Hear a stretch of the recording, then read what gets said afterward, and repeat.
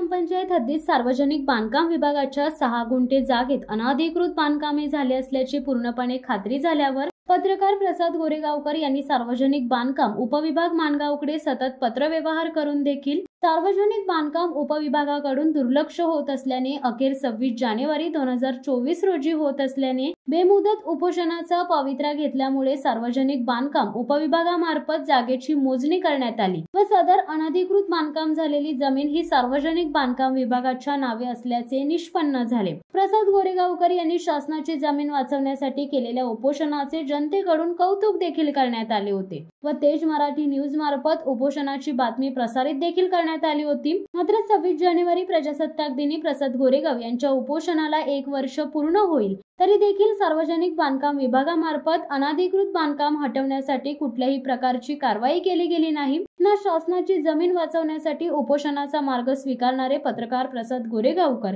हे देखील गेल्या वर्षभरापासून निर्धावस्थेत होते। त्यांनी उपोषण करून दिखावा केला होता की सार्वजनिक बांधकाम उपविभाग माणगाव व पत्रकार प्रसाद गोरेगावकर यांच्या संगम मताने सार्वजनिक बांधकाम विभागाच्या जमिनीकडे पूर्णपणे दुर्लक्ष करण्याचे ठरवले आहे। सार्वजनिक बांधकाम उपविभाग माणगाव स्वतःची म्हणजे शासनाची जमीन ताब्यात घेण्यासाठी जाणून बुजून का दुर्लक्ष करत आहे। पत्रकार प्रसाद गोरेगावकर यांचा शासनाची जमीन वाचवण्यासाठी केलेला उपोषण खरोखरच न्याय हक्कासाठी केलेला की फक्त एक दिखावा होता। सार्वजनिक बांधकाम उपविभाग माणगाव व पत्रकार प्रसाद गोरेगावकर का निर्धावस्थेत आहेत असे अनेक प्रश्न गोरेगाव व आजूबाजूच्या नागरिकांकडून दबक्या आवाजात विचारले जात आहेत।